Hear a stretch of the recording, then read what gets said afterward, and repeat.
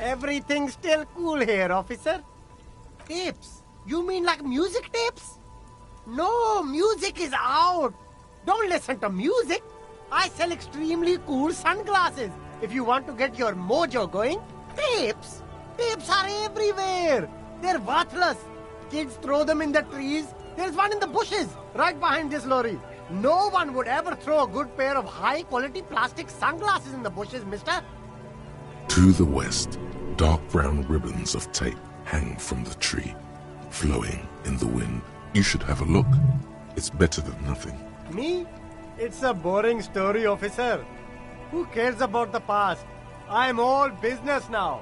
All revolution. This man probably comes from Seaguy, sometimes known as the Apricot Suzerainty, an archipelago in the Samoan Issa. Apricot Suzerainty calls to mind an era when the Seaguy archipelago was colonized by Revachol. It's a bit of a slur, in other words. That's right, officer. But it's a bad scene for business there.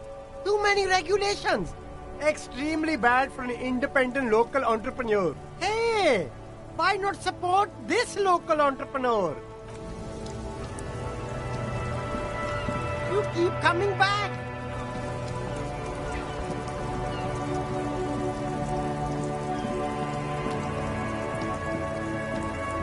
The hawthorn tree on Rue de Saint-Ghislain. Bronze-colored ribbons of magnetic tape are caught in its branches, just like promised. You've stood here for what seems like eons, guzzling the sickly fumes of lorries and carriages. Patting the tree reveals a small sticker which has almost been worn to oblivion. It reads, RCM Emergencies Desk, number 8102. Underneath a slogan, Mankind, be vigilant. You tree-hugging pansy. The bronze ribbon twists around and within the branches in an intricately natural pattern. But there's something. There's a twisted logic in this mess. You see the ends of the ribbon, the way it flows, how it, with slow and deliberate motions, pulling, bending, and unraveling, it curls up into a mess inside your pocket. If only you could find a way to re-spool it, so that you could hear what's on the tape. Maybe Roy from the pawn shop can help you with this. What's the tape for? How? It's broken and unspooled. Do you think your new buddy knows how to fix it?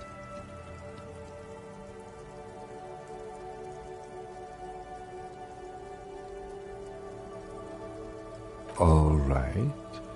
You could also get it fixed at the pawn shop across the street. You know, since tape spinning isn't really our day job, solving murder investigations is. Good idea. He might have the tools. The tape projector in the pawn shop uses similar tape.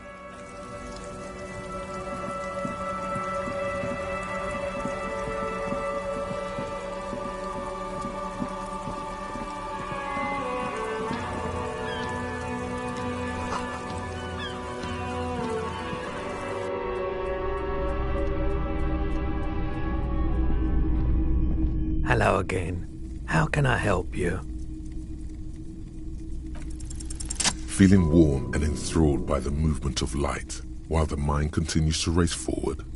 Lucky bastard. He's probably on Pyrrolidone, a drug developed by the military to treat and prevent radiation sickness.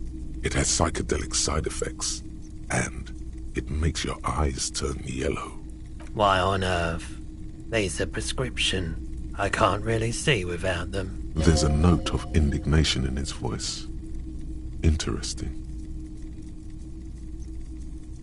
Pyrrolidone is just something since the People's Pile disaster, I was with the Emergency Relief Brigade. Had to take it for radiation sickness. He's taking it for mental and emotional, not physical pain these days. A bad idea.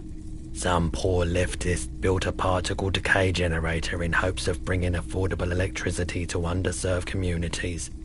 It malfunctioned. The People's Pile was a Type U particle decay generator that failed immediately after entering service.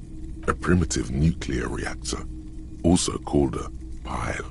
An emergency valve defect resulted in steam pressure blowing the turbine. We were an all-volunteer force, self-organized. On the patch, gamma radiation lines crossed with a red drop of blood. I lived by the river since I was a small boy. The Esperance. There wasn't much the volunteer force could do, however. I like the theory more than the story. Yeah, you gotta get in on those vortices, my man. You mean Reese Spoolie? Yeah, I do, but I'm not some Mr. Fix-It. I'm a pawnbroker. If you want to pawn the tape, sure. Just explain why you need this so much. He's bound to understand. Huh? What do you mean? Yes, what about it? Is it any good? The music, I mean.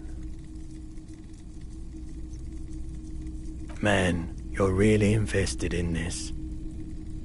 Okay, I'll help you out. It's going to take a moment, though, so just sit back and relax. You take some time to look around the store. The play of visuals all around the pawn shop is mesmerizing. Yeah, my pleasure. I do what I can for true passion projects.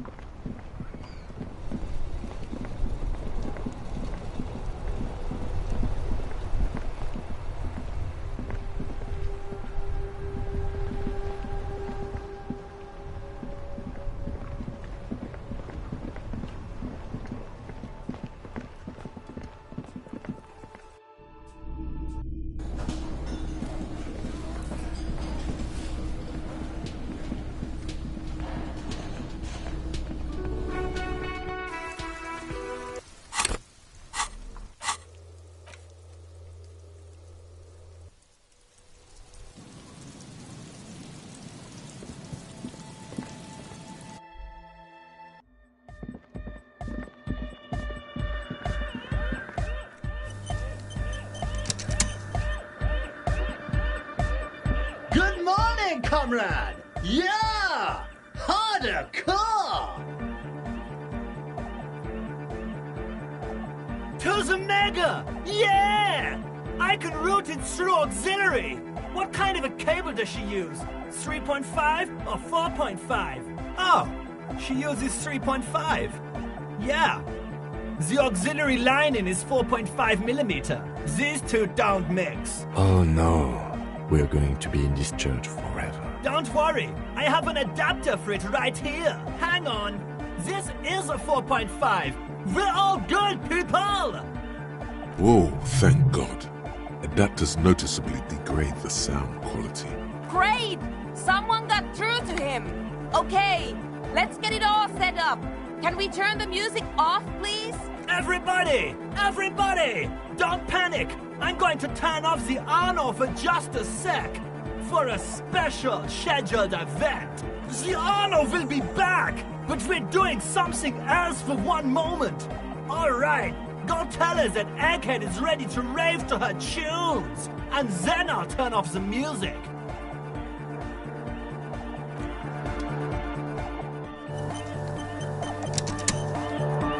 Good morning, comrade! Yeah! Remix time! Tape goes here, into deck B. A hand on his ear, he listens to the audio through his headphones and shouts. Wow! Did you get this from Arno himself? A great excitement is bubbling to the surface within him. This is big. Listen, I'm just going to show it to you. Ready?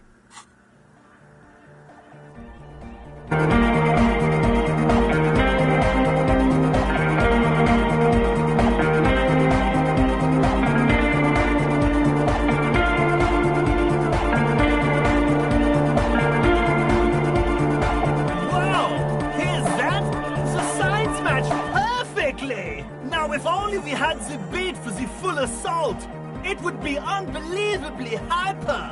What is this? It's good. How did you guys do that? Yes, but what if Van Eyck based his remix on some forgotten local melody, like a folk song? And you just found the original piece that inspired him to create this jam. That would explain why it fits so well. Nah, to me it sounds like classic Van Eyck. I don't think he needs any inspiration from folk songs. Maybe he lives in Martinez and just threw away part of his song because he thought it wasn't good enough. I think it's just happenstance. Chaos in action. Contingencies of our limited existence. That and Egghead's fantastic talent. Noid's right. Egghead's technical talent is the key. No, this is definitely part of the same song. Something cut from it. It fits too well. Something mysterious is going on here.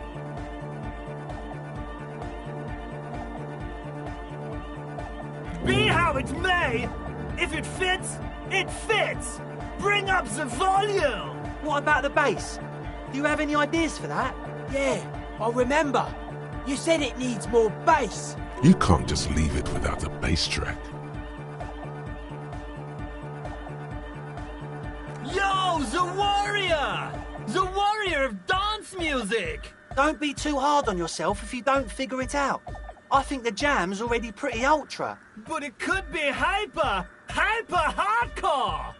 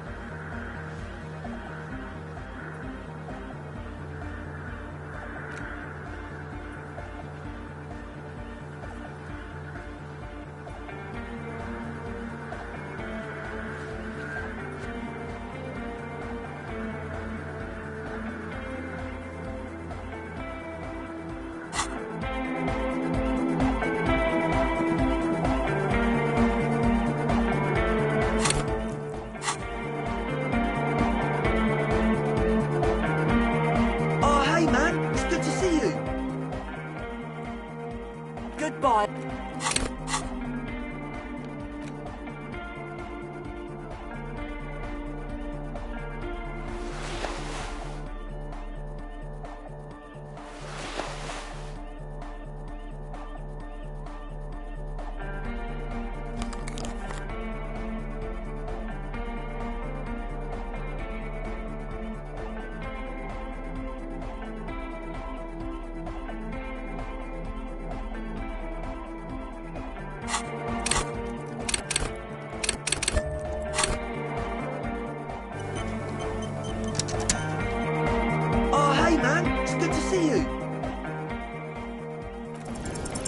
Close your eyes and dream of the shapes your body should form to bring this strange music into life.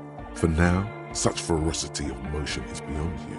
But just imagine the moves you could pull to this futuristic beat. Puts a grin on your face just to think about it. Even a failed attempt gets the juices flowing and repairs some of the damage done by battles lost. If you up the dose and truly dance, who knows what will happen? Salvation.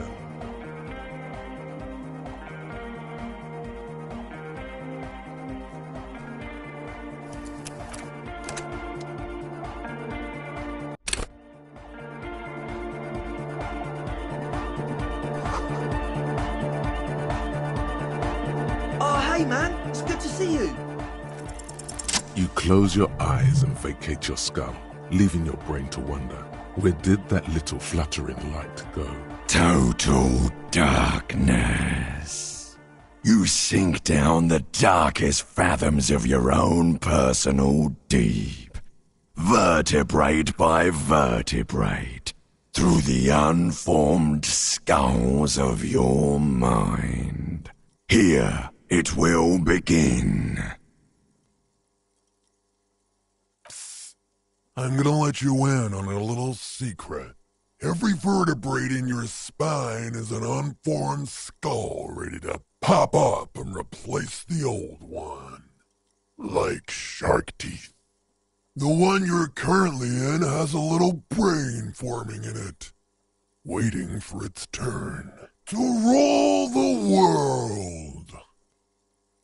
I am the spinal cord. From what I can see, it's about to bust a move.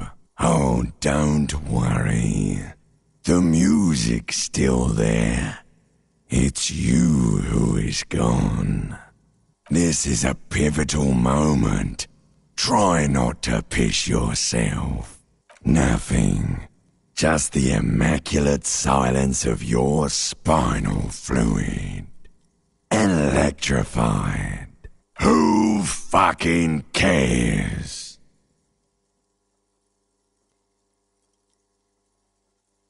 God? Where is your God? Foolhardy, do you even know what's happening on the surface? Maybe 1,000 years have passed. Or maybe you started spazzing out like 2 seconds ago. With your eyes still closed, the first thing you feel, all the way back in the pivoting darkness of your own torso, is warmth. You have become a triumph of rhythmoplastics, somewhere in a smelly wooden church on the coast of Revachol. The wounds from the war you waged on your body are healing, twist by twist, turn by turn. You have become a flawless interlocking mechanism, a flesh and bone approximation of the throb coming from the speaker setup of the one called Eggheads, entirely, rigidly, imbecilic, without pity or fear, free from self-awareness, no deliberation, only, and I mean only, execution. Oh my God! No way! With his reel-to-reel mixer blasting the anthem of a future that will never come, the young man observes your moves for a second. He throws a screwdriver and a bunch of drill chucks into the corner and explodes into dance. What he lacks in sharpness, he more than makes up for in violent enthusiasm. The young woman lifts her headphones up slightly and raises her chin, looking at you expectantly. Asil, aren't you going to dance? No, recording. The lead programmer throws the other young woman a knowing glance before turning her attention back to her own work. She's still at her mainframe, pressing buttons, reading printouts, but she started putting her head along to the music. The young man immediately bounces up and down, then assumes the same dance pattern, embellishing it with some sort of waving motion. The authority of the law is clearly unquestionable. What's going on here? The inquest. This is clearly a Code 31 emergency. The lieutenant squeezes the bridge of his nose. The lights reflect off his glasses. He's obviously having trouble adjusting to this new reality. The Code 31 emergency? Really? The lieutenant crosses his arms with a bemused look. What's happening?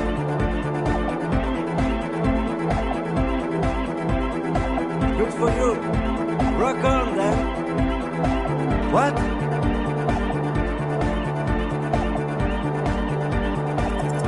What's harder core than a little bit of...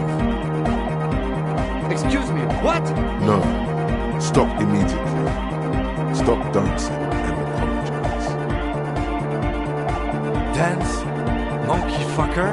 Then a breath of cold sea air fills the church as the lieutenant opens the door and steps out.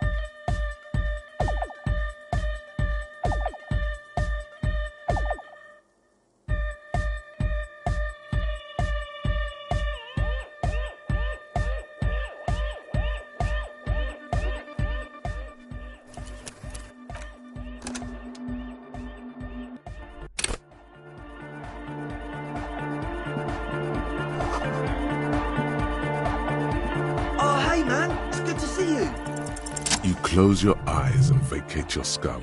Total darkness. You sink down the darkest fathoms of your own personal deep, vertebrate by vertebrate, through the unformed skulls of your mind. It's all true. In the spinal cord. From what I can see, it's a balance of your spinal fluid. Foolhardy! Do you even know what's happening on the surface? Maybe 1,000 years have passed. Or maybe you started spazzing out like 2 seconds ago. With your eyes still closed, the first thing you feel, all the way back in the pivoting darkness of your own torso, you have become a flawless interlocking mechanism, a flesh and bone approximation of the throb coming from the speaker set, free from self-awareness. Oh my god! With his reel-to-reel mixer blasting the anthem of a future that... He throws a screwdriver and a bunch of drill chucks into the corner and explodes into... The young woman lifts her headphones up. Asil? Aren't you going to dance? No, recording. The lead programmer throws the other young woman a knowing glance before turning her attention back to her own work. She's still at her mainframe, pressing buttons. The young man immediately bounces up and down, then assumes the same dance pattern, embellishing it with the authority of the law is clearly unquestionable. What's going on here? Delinquents. This is clearly a Code 31 emergency. The lieutenant squeezes the bridge of his nose. He's obviously having trouble. Code 31 emergency? The lieutenant crosses his arms with a bemused look. What's happening? Good for you. Rock, what? Who's the one in charge? You are. Are you kidding me?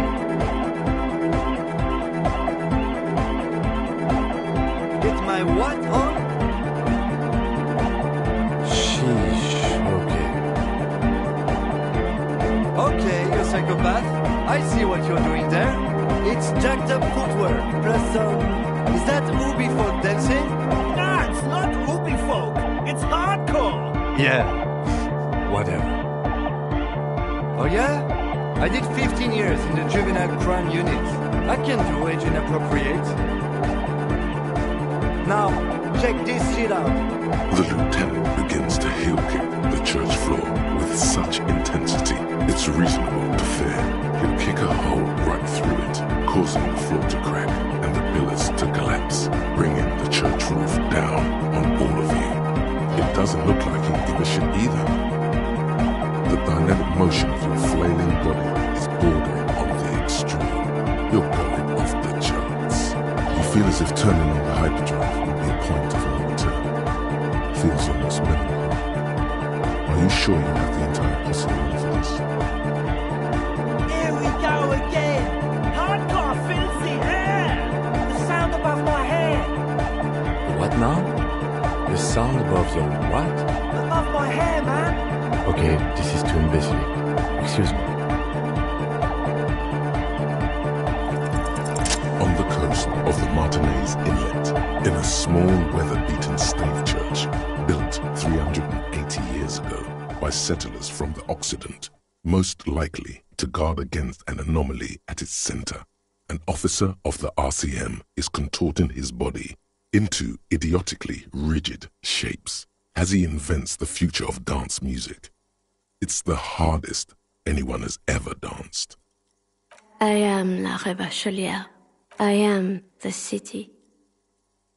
I am a fragment of the world spirit, the genius Loki of Revachol. My heart is the wind corridor. The bottom of my hair is red. I have 100,000 luminous arms. Come morning, I carry industrial dust and let it settle on tree leaves. I shake the dust from those leaves and onto your coat. I've seen you. I've seen you. I've seen you with her. And I've seen you without her. I've seen you on the crescent of the hill. The modulations of my voice are noted down with thermometers and barometers. You feel me in your nostrils, on the little hairs on the back of your neck. I also reside in your lungs and vestigial organs. Everywhere there is space. You are an officer of the citizens' militia, Jaunt in Rebut. When you wear your coat, you wear my soul. You move through my streets freely, in motor carriages and on foot. You have access to the hidden places. You also circulate among those who are hidden. I need you. You can keep me on this earth. Be vigilant. I love you. An officer of the RCM is lying on the floor of a small church with his eyes. I bet you did. Those were some advanced moves, man. That's all great, but we should really get going. We spent enough time doing aerobic exercise for today.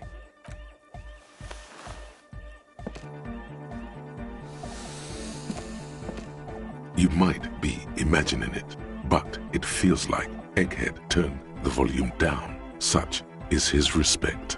Man! Now imagine if we could do that, right? But with like 1,000 people. End of human development. Mission complete. Yes, what is it? Okay, but think you can ask him to turn the volume down a bit? Just in case. Maximum! Maximum is the only way! I know it is, but could you please turn it down just this instance? Just this one time? Maximum is not the only way, okay? Pump it to the brick! Pump it to the hard master! There's no other way! Glue style! Glue style? Okay, there literally is no other way. The mixing desk is glued to maximum. See? He pumps it to the hard master. It's hopeless. Of course it is. Yeah!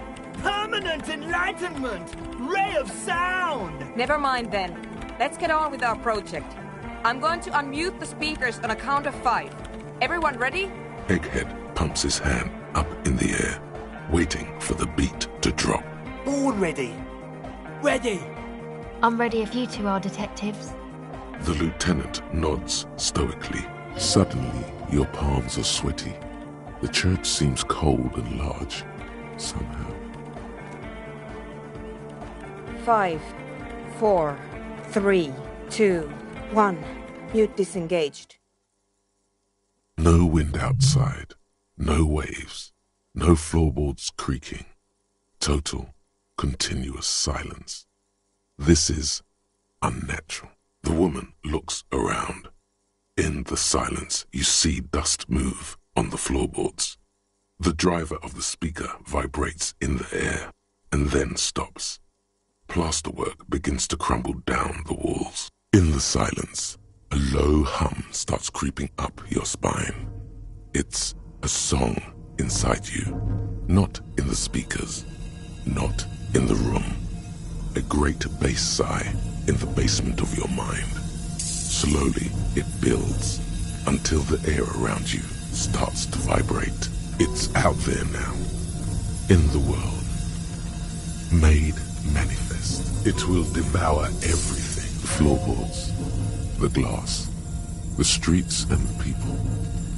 Nothing will remain. Guys, what's going on? This fragile world is about to break. It's getting louder. In the basins, the water looks like it's boiling. Hosiana! Mother of Mega! In his mind, a tidal wave approaching from afar, swallowing entire coastlines on its way. Salvation. The beauty and the beat! The future of dance! Planetary! No, Egg! It's the window! In the corner of your eye, The lieutenant steps aside, cautiously, his eyes searching for a possible evacuation route. The window is going to come down. No, the roof! Cracks appear on the stained glass window. Cracks run up the wooden pillars in the dark. Come down to earth! Love! It's shaking the building's foundation. The floor twists. A great pulse arises in your flesh. That's it. I'm muting it. Oh! I want to feel the heat with somebody! Shit! It doesn't stop. A seal? Have you? Yes, I've turned it off. Andre, pull the compressor. The place is gonna come down. Fuck! I can't shut it up. The signal's passed. It's not in here. It's... In the mixing desk now, building into a positive feedback loop. This is it. A great roar. The vault of the roof twists above you. Glass shatters somewhere near the door. It's coming down. And then it stops. Totally and utterly. As if there never was a sound. Only your ears still ring from the shock. Everybody is staring at Egghead, holding a dangling cable in his hand. A black 3-pin connector. Egg. I pulled the plug. It was getting too hardcore. You did good, Egg. Most of the place seems to be intact. Fucking hell. Programmer lady, tell me you were recording that. 4 years. 22 people. Millions of reals. All that time? This is what we were up against. Just erased it. Suliswolf isn't gonna believe this. Yeah, but did you record it though? It was dope. I think we can use it. Yes, Andre. I recorded it. Damn, I need to send some letters now. Thank you all for doing this. Eggman, you too. And you, officer. I don't know what we've discovered, but I know what it sounds like now. That's a start. It was very hard not to. I think you're right. There is something going on here. And you need to be very careful with it. I promise, officer. We will not play it again. It was mathematical information from the anomaly, presented as a waveform. That's what it was technically. Theoretically, I have no idea. I've never even heard of anything like this. A voice seems muffled in the silent church. It's your ears adjusting after the exposure. Yes, our lead designer. And maybe some of the producers too. And some of the writers. If they're sober enough to open a transmission. They need to hear. That it wasn't her fault. Or theirs. They need to hear about this. Don't worry, I won't send the recording. Although I doubt they have the speakers to produce the frequency anyway. Stay here. I'm going to stay here with these lunatics. Send letters, maybe meet Suliswolf. Also devise further measurements. I want you to know that's totally chill with us. I don't care, but thank you anyway. That's the best she can manage for Andre. It's quite a lot in truth. For her, at least. Now, I have a theory to come up with. Some kind of preliminary explanation to all this. Or the letter will sound like I've lost my mind. Yes, and we have to get back to stabilizing Martinez. Instead of demolishing it with loud bass noise of unknown origins. Some tiny hard thing lets go in your stomach. You're still alive. You have an explanation for all this. Somewhere deep in you. You just don't have the pieces yet. You don't know enough about the world.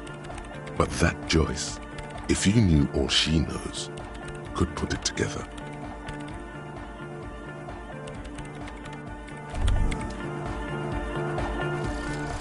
Arno van Eyck. Okay, so Egghead is clearly not Van Eyck in disguise. Van Eyck is an Oranese disc jockey, but those people get around, especially in Revachol, in the clubs on Boogie Street. Perhaps he stayed here for a short stint and discarded part of the song he was working on, just threw it away, and then it ended up in the hawthorn tree. But why? Did he think it was retrograde? It wasn't. Perhaps he caught a glimpse of the future and did not want for it to arrive just yet. Perhaps the city whispered the top line to him, and he was frightened by it.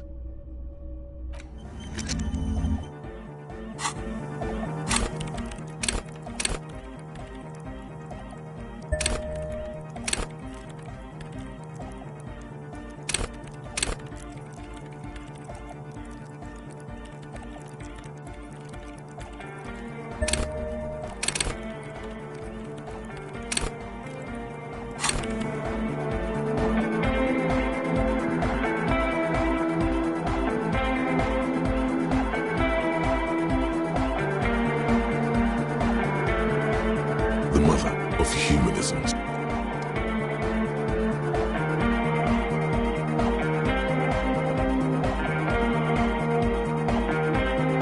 Oh, the god of dances! Goodbye, officer.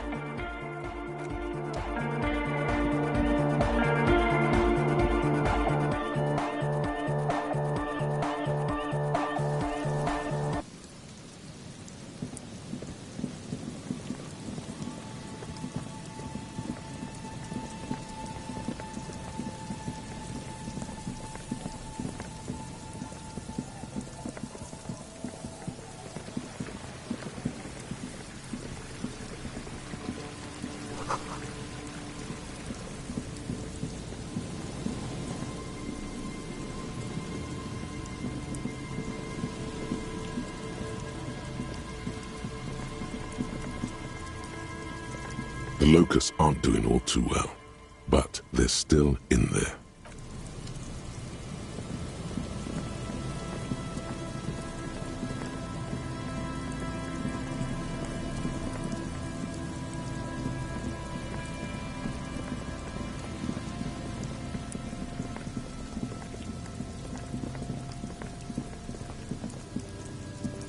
Morel's trap stands empty, just like the boathouses around it. The locusts, dazed from being transported, slowly begin to acclimate to their new surroundings. They're not really going to get the chance to get comfortable here. Good.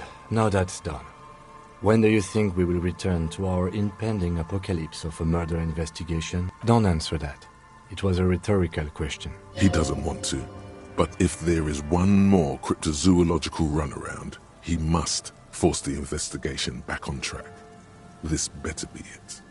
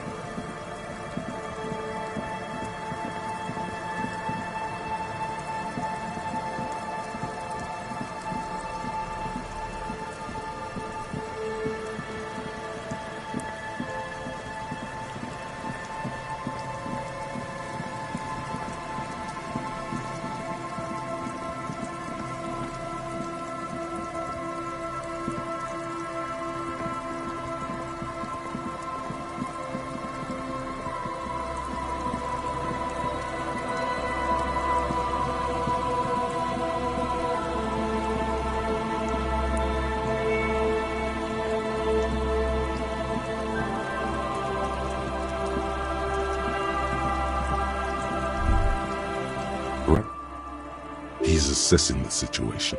Someone thought they could have a summer house in a bloc obscur, for cheap.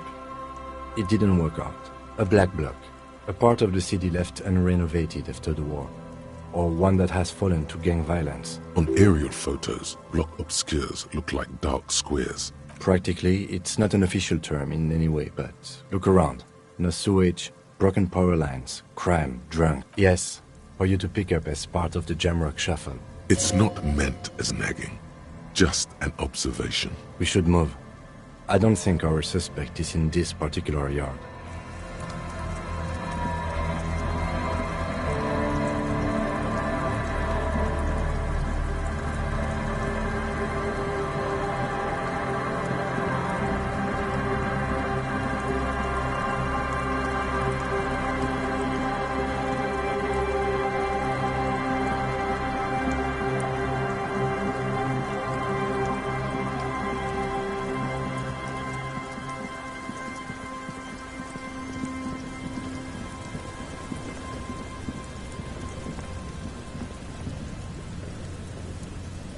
You're back.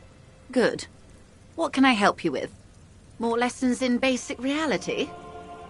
My favorite part of the day. Go ahead, ask me anything.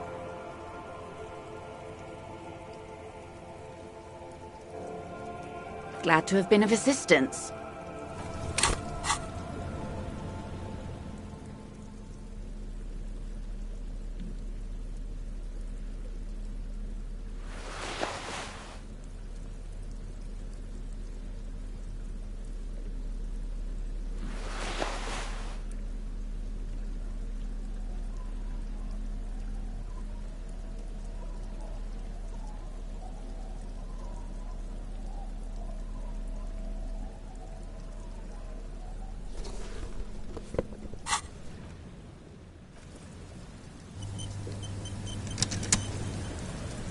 You're back.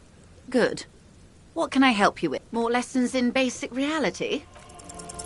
6 kilometers southwest, in the Valley of Dogs, Junior Officer Chad Tilbrook takes to his left. His partner, Emil Mullins, whispers, "You heard what happened to Tequila Sunset in Martinez?" "Yes, he lost his mind," Tilbrook answers, fingers on the trigger.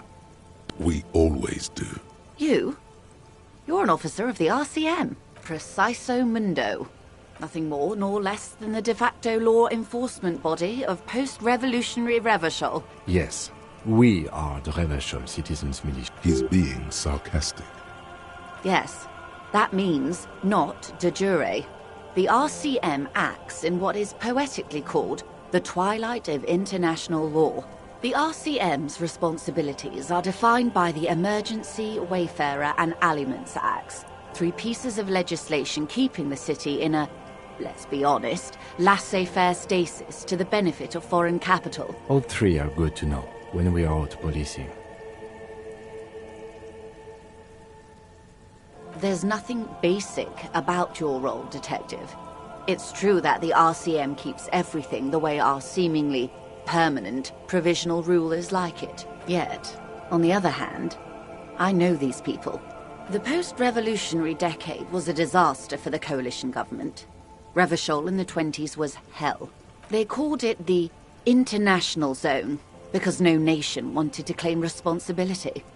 The RCM restored peace where the coalition failed. That's somewhat of an exaggeration. In reality, ours is a mutually beneficial arrangement. Revacholians get to keep the peace in Revachol, and the coalition doesn't have to worry about it. Yes, Lieutenant. Permit me to conclude with this. Who you are, to me, is the police. The only legitimate law enforcement authority in Revachol. And if those authorities drink so hard they need help recalling the basic terms of reality, well, I'm here to help. Glad to have been of assistance. The little that I know.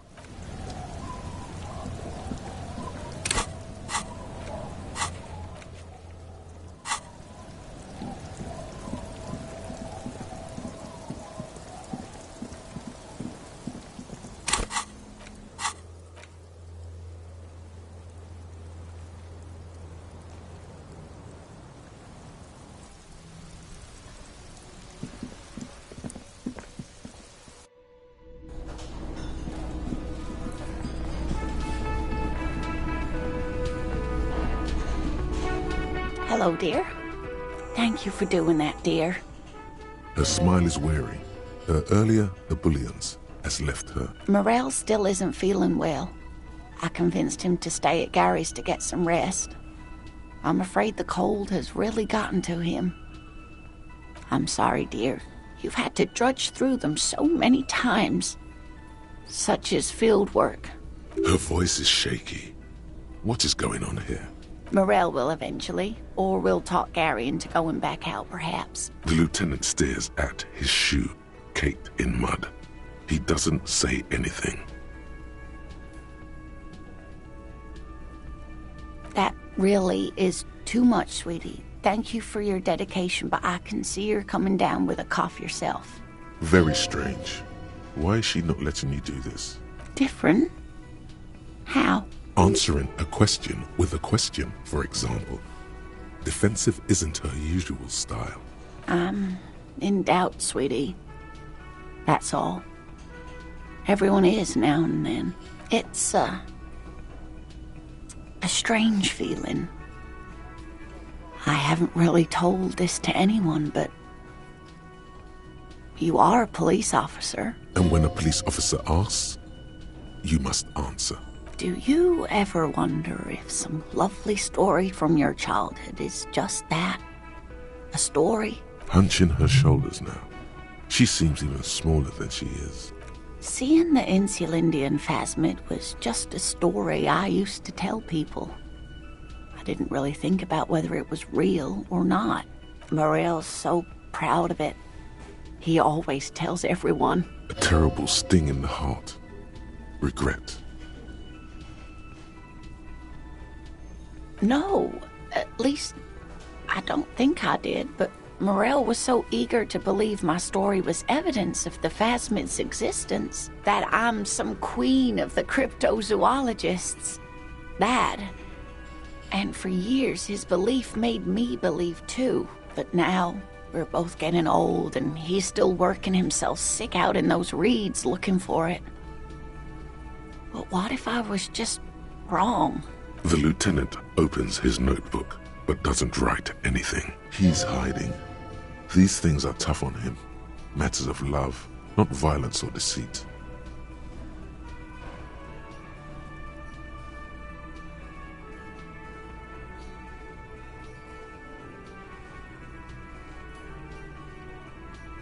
I'm not sure of anything. Sometimes I still see it, you know. The real memory. Not the memory of the memory, but it's so hard to tell the two apart. Rising. Unfolding from the reeds on a hot summer's day. Either way, I should go. Poor Morel is running a fever, and I need to get him home to Jamrock before we overstay our welcome with Gary. Oh no, thank you, but I can get there on my own. This old thing is gas-powered. And then a taxi home. Really? Oh, sweetie. Please don't get stuck on a dream.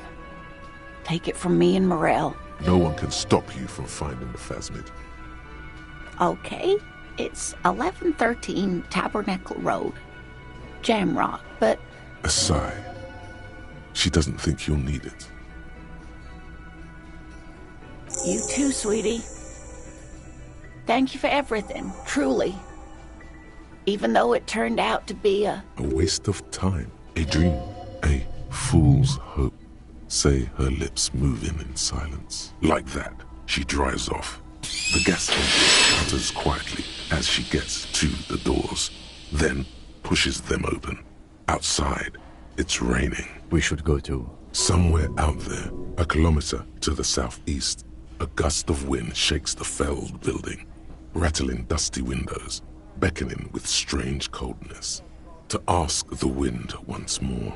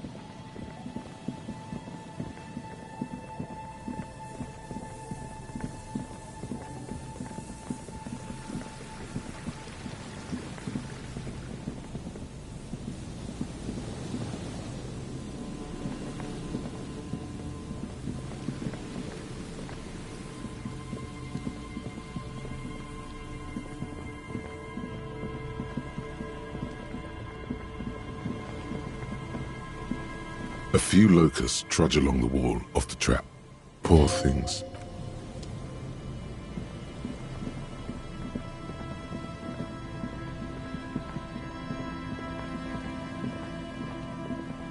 The trap is filled with dead and dying locusts.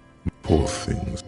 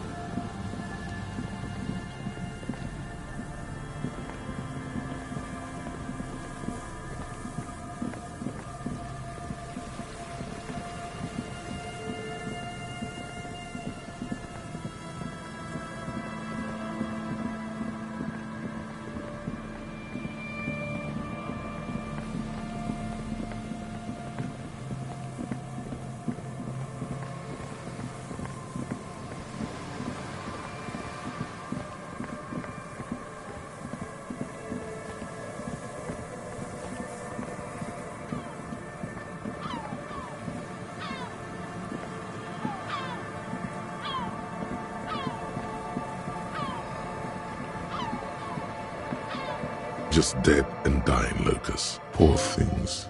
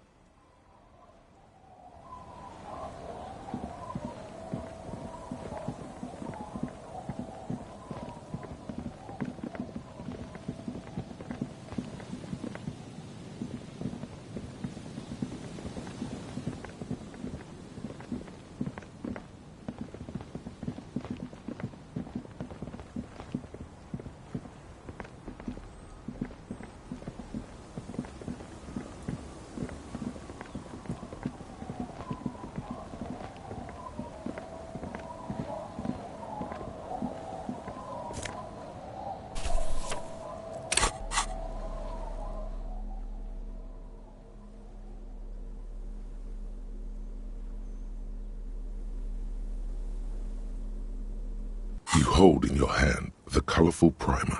The title reads, A Primer for Small Kids. This book will show you the score, get you oriented with those basic concepts you appear to be hazy on. The alphabet. Every page has one word designating one letter of the alphabet with a faded illustration. A is for azimuth. B is for Boreas. C is for cosine. H is for homeboy. I is for econ. J is for Eura. Q is for quasar. R is for rhododendron. S is for sinus. That's it. You know the alphabet now. Good. I also know the alphabet. It is a very useful skill to have, he thinks, for all sorts of life activities like reading and...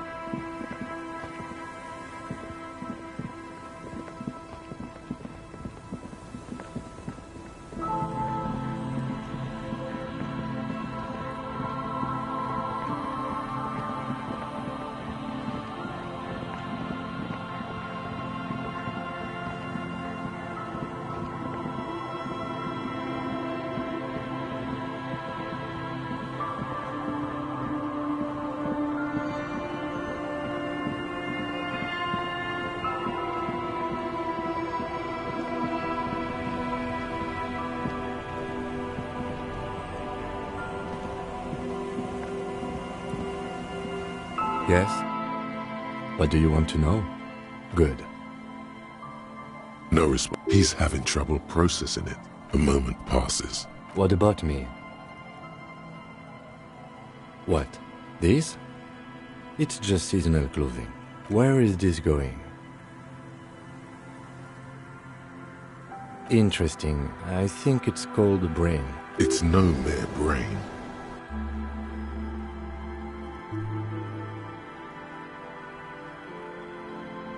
Anyway, I do not have a thing with revolutionary air brigades in particular. Okay, I wanted to become an aerostatic pilot. Then I turned 10 and realized we no longer have an air force. Absolutely nothing. Good. Good. Let's change the subject.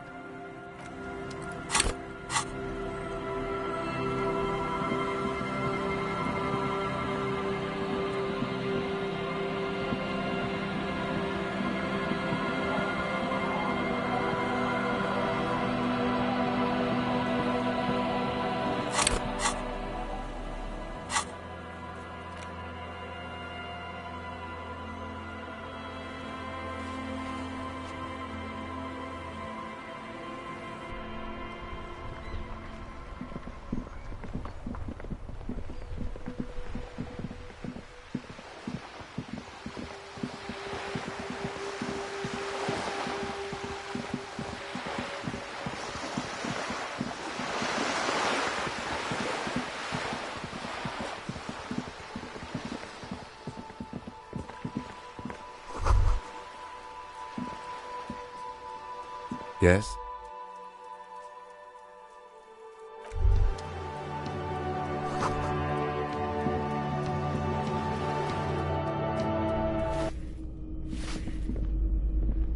Give me a moment.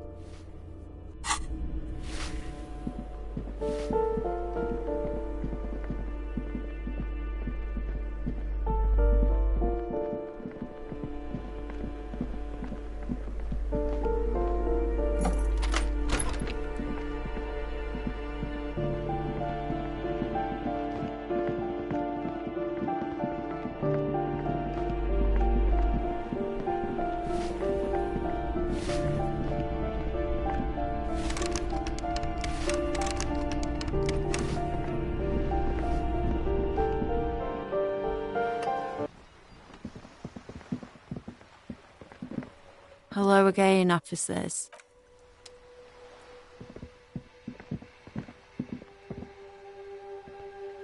As you approach the metal grill, you can hear several voices having what appears to be an animated discussion. This must be it. Beyond this door lies the beating heart of radical communism in Martinaise. Somehow, the night air softens the smell of trash and sea brine. As the breeze pulls through the canvas like a shuttle through a loom, you catch a hint of something unexpected. Something earthy, warm, and burnt. The acrid smell of failure. No, that's just slightly burnt coffee. A smell you would recognize anywhere. Just look at these pigs sniffing about after hours. Must have slipped my mind. You know how it goes. The metal grill is cool to the touch. You notice the lieutenant is looking uncustomarily anxious. His posture is rigid. His right hand hovers near the zipper of his jacket. Something's not right here. The equation doesn't quite balance, which is just to say we should be prepared for any eventuality. You can make out at least two separate voices. Two voices, both male, approximately early 20s. Careful with those now. I have it. It's going to work. I can feel it. The clang of metal reverberates all along the scaffolding. The voices coming from the other side fall silent. Who's there? Is that you, Maurice? Come crawling back already. Get out of here, traitor. For a moment, silence. What's the passphrase?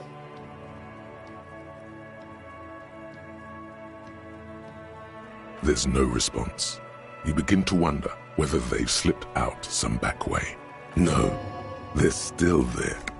You can feel them back there. Alright. The key's taped to the back of the door frame. Just make sure you put it back when you're done, or we'll all be locked out. And do wash the concrete. It just kind of falls away, in places. Charmant. Have fun at your underground meeting, Pig. Hope it's a blast.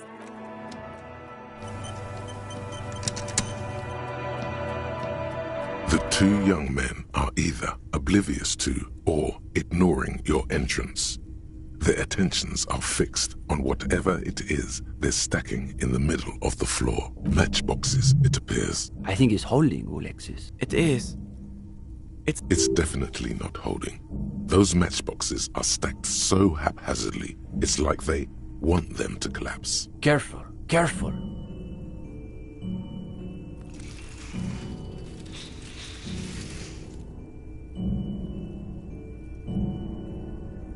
Damn, hardly any difference.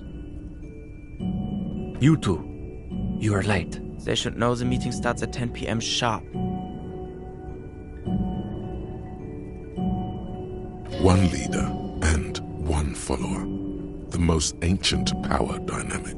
There's a great deal of tension in this young man's shoulders, more than someone his age should bear. Meanwhile, his companion inclines toward him, eager to catch every word that dribbles from his friend's mouth. Just a moment. Could this be the former owner of a certain jacket you acquired recently? Don't let them see you flustered, sire. Play along. Hey, Steban. Isn't that your jacket? What a coincidence. You two have the same jacket. What are the odds? Based on the prevalence of white Sarah Mauritian suits in Martinez. Extremely low. It certainly looks like my jacket, Alexis. Where did you get that, gendarme? Unlikely. That's real Sarmaritzian twill. Only old Sarmaritzian communists and drug smugglers wear those anymore. He is neither of those, of course. He is simply a poor student putting on airs. Also, he doesn't have the shoulders to fill out such a jacket. See, Uli? It's just like Mazov wrote. How does it go again? Those committed to the rights of property are those most apt to violate them. I assumed it was Maurice who broke into my room to play a trick on me. I didn't think I'd actually been raided by the RCM. There is surprise in his voice, naturally. But is that a note of excitement you also detect? You're right. It's better. Can you imagine the look on Maurice's face when he finds out the RCM has been kicking my door down? He'll shit himself. Positively. And now they've shown up in force to break up our meeting. Something tells me these young men are not very experienced with law enforcement.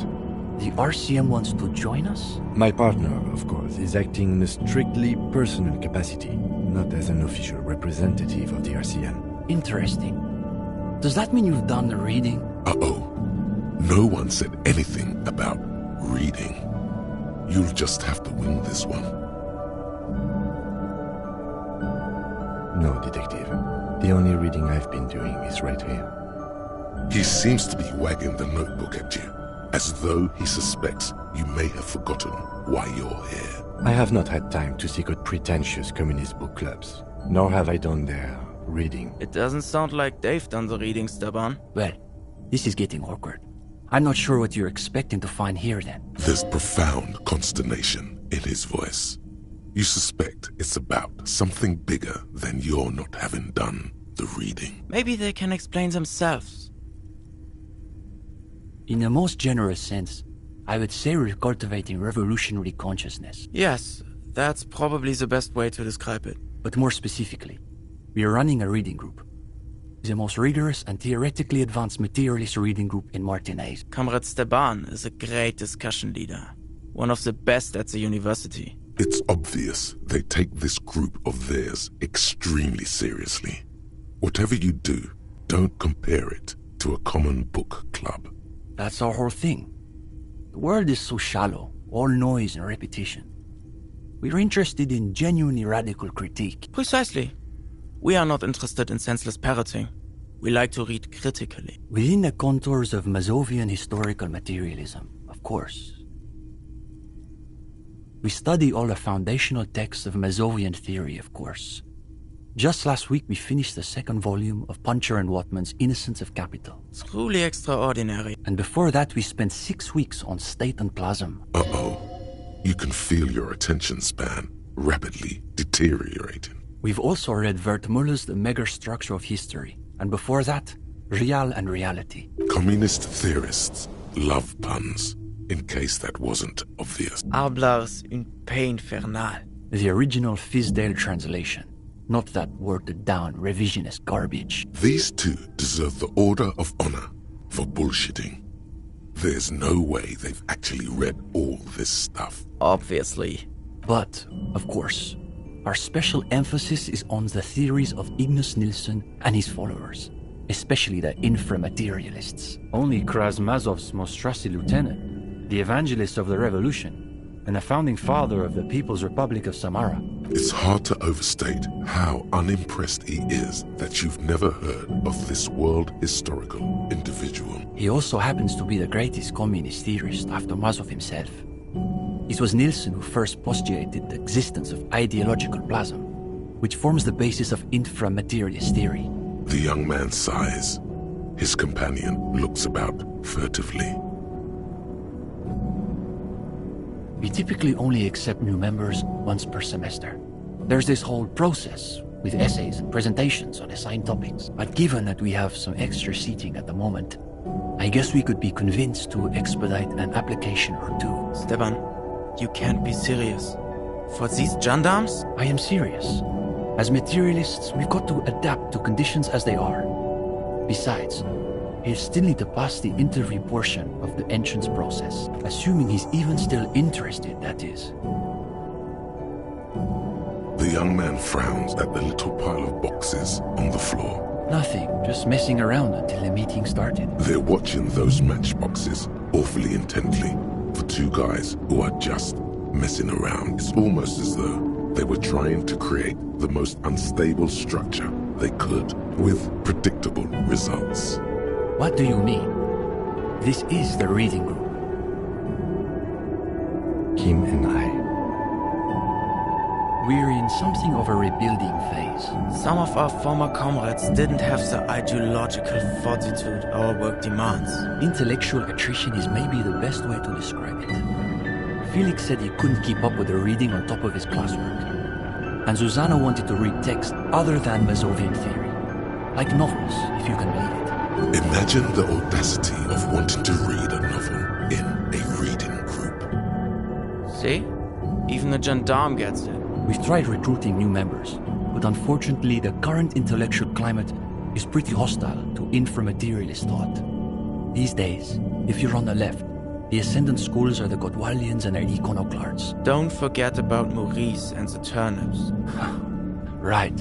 Then there was the whole turnip debacle. Whatever this turnip business is about, one thing is perfectly clear. These young students have a much deeper understanding of communism than you do. You could learn a thing or two from them. If you can convince them you're one of them. Cindy is... how to describe her role? Something of an ideological auxiliary, perhaps. Yes, that's exactly how I would put it. And naturally, we support her radical counter-liberal aesthetics. But she refuses to submit an essay, so we can't call her a member of the group per se. That doesn't stop her from using a room for studio space, of course. They're the most depressing school of communism. They love writing long books with a patina of Mazovian theory to cover up their cheap psychologizing. A gang of cheap psychologists and intellectual midgets. Typical Gottwalders, in other words. It's okay for Uli to say that, because his dad is from Gottwald. The Gottwald school believe that intellectuals as a class are incapable of sparking revolutionary change. So all they can do is critique capitalism from inside itself. In other words, they have lost faith in their own relevance. That's why they spend all their time smoking cigarettes and writing long works of criticism that make you want to commit suicide. It is miserable. That's probably why they're always committing suicide. You see, the Gottwald school look like communists. They talk like communists. But scratch the patina and you'll see beneath that they're just depressed liberals who've read too many books. For starters, they love talking about beans. Oh, sure. But iconoclasts are obsessed with beans. They love thinking about beans. They love counting beans. But most of all, they love building models to predict how many beans there'll be in the future. Nota bene, iconoclast is an extra pejorative form of the already pejorative name, Mazovian economists, a moderate school of Mazovianism which advocates the gradual transition to communism through carefully managed economic modernization rather than violent social revolution. They're by far the most bean-centric school of communism. Ah yes, the much maligned bean counters, ensconced in their think tanks and high-rises, believing they can save the world through a series of incremental, assiduously technocratic reforms. If only. They've got all the beans accounted for in their asset sheets, their quarterly budgets, their future projections. But for some reason, there are never enough beans to go around. So we've just got to cut our bean rations in half. And next thing you know, there are budget cuts. So now we've got to cut the bean rations in half again. You see, iconoclasts claim to be communists. But in reality, they're just liberals with hard-ons for spreadsheets. Of course not. The only people who actually call themselves liberals are mouth-foaming reactionary. Basically indistinguishable from fascists. You'd need an X-ray machine to tell the difference. It's an unfortunate story. You see, our ex-comrade Maurice is something of an economist. He's studying macro and microeconomics. Wow, a real intellectual, it sounds like. Right. So a few weeks ago, we were discussing the extra physical capabilities of the revolutionary state.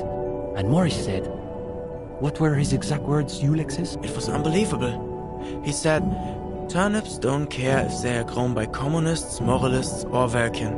They grow just the same. Basically, he was rejecting the whole foundation of inframaterialist theory. What is this inframaterialist business they keep blathering about? You've never heard of anything like it. Simply that under suitably revolutionary conditions, crop yields naturally increase relative to non-revolutionary crops, which Morris somehow has the gall to deny. Susanna said that he has been hanging out with some non-communists lately. For us, the question boiled down to, if you don't even accept the basic ideas of Nielsen and inframaterialist theory, why are you in the reading group? Well, it wasn't so much that he was expelled. He just quit coming. We haven't seen him around for weeks. Go ahead. Clinching? No. We're not an operational cell. We think of ourselves as more of an intellectual vanguard.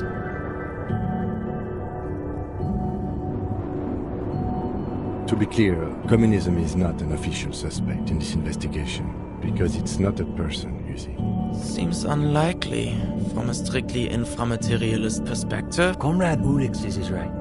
The amount of plasm required to strike down an ideological enemy outright is enormous. We're talking second-level effects, at a minimum. Or even third. What are these levels they're talking about? This doesn't sound like any communism you've encountered before. In any case, it's not like the SRV has established a party line on the subject of lynchings in Martinez. Though historically speaking, the SRV has supported direct action against right-wing paramilitary squads. Good point. So as a provisional matter, I can say we support it. It's not that the boundary between sarcasm and sincerity is porous with these two. It's that they actually seem to overlap, as though one is meant to conceal the other. It's always that way. Beneath the crust of irony, there's a molten sincerity that threatens to erupt forth. That's easy. Crime is simply the inevitable expression of the injustice and incoherence embedded within capitalism itself. Delivered with the smug assurance of a schoolboy reciting a maxim he's committed to memory. It's a symptom, in other words, not a cause. His companion can barely suppress a yawn. No, we're an independent organization. We acknowledge and respect the union's efforts, but our interests are more theoretical than Mr. Clare's. He speaks the truth. No, unfortunately, the communards were hunted down and killed nearly to a man. All that's left of them are bones and old rifles. His companion's eyes widen as you hold up the ancient weapon. Yes, like that one. I wonder how many of these are still lying around in cellars or sealed up behind the masonry. Can I hold it? It's heavier than I was expecting. The attitude of a priest bearing one of the holy relics of his faith. Though it is long out of service, its power is evident to him. When he's finished, he returns the rifle to you with a nod of appreciation. Sure, we're here most every night. Maybe we'll catch you again. Sleep well, gendarme.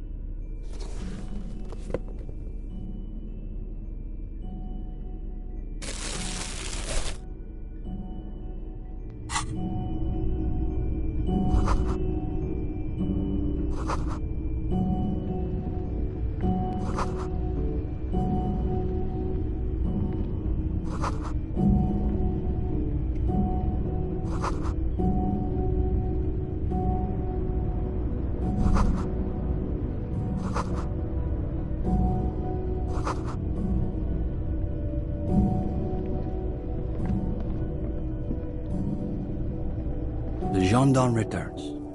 What? Yeah, it's hers. She just sort of moved it all in a few months ago. She said if she's going to make truly radical art, she needs a suitably radical workspace. And I don't think she could afford rent at an actual studio. The deal, at a fundamental level, I guess you could call it the shattered bones of a dream crushed by capital. A feeble and hopelessly mixed metaphor. That's really good, Steban. You should save that for an essay. Thanks, Uli. When the idea is sound, the words just sort of flow. Yes. Now keep developing the idea. Yeah, that's not bad. Not as good as Steban's original idea, though. Oh, sure. He's definitely interesting, I would... I guess you could call her latest stuff a sort of counter-bourgeoisie calligraphy. It's too bad she hasn't developed the theoretical foundation to do truly radical work. I think she'll get there, though. She's still looking for a subject equal to her ambitions. Go ahead. Is it getting warm in here? There seems to be a little pool of sweat forming in the depression of your lower back.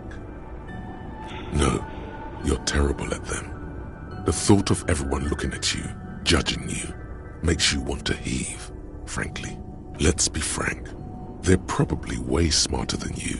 You've been quite studious these past few days. You should be able to handle whatever they want to throw your way. The hardest part will just be working up the nerve to ask without soiling yourself. Everything all right, gendarme? You look a little green about the gills.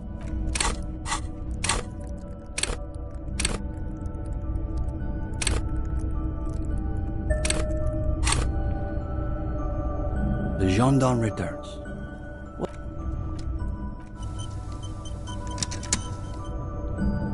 The gendarme returns. What do you need? What's there to be scared of? You've really been cracking the books these last few days. You've spent a not inconsiderable amount of time arranging the works in your mental library by theme and period. Now, chin up. You've got this. Oh, you want to start now? Sure, we can manage that. You've caught him off balance. The momentum is already in your favor. Go ahead and take a seat. Since we haven't had time to prepare an exhaustive questionnaire, I think we can keep this interview more freeform. Why don't you tell us a bit about the books you're interested in? And we'll just see where the conversation goes.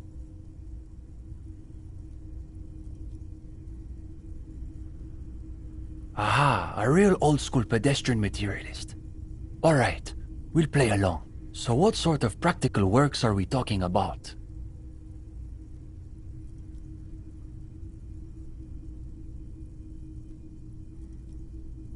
Cockatoos. Fascinating. So tell us what you gathered from your ornithological researches. This is a good start. They're starting to loosen up. You feel relaxed and in control. This is a subject where you hold all the advantages. I have to say, I never realized cockatoos could be such needy emotional disasters, just like people. It makes sense though. Mazovianism stresses the essential continuity between humanity and nature. So anything you find in one should be reflected in the other. What's the exact quote, Uli? I believe everyone.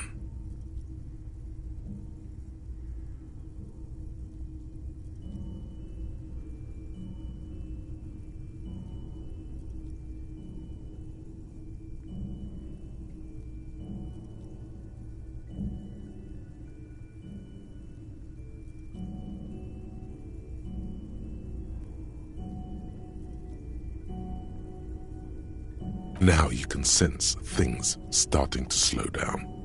The interview must be reaching an inflection point.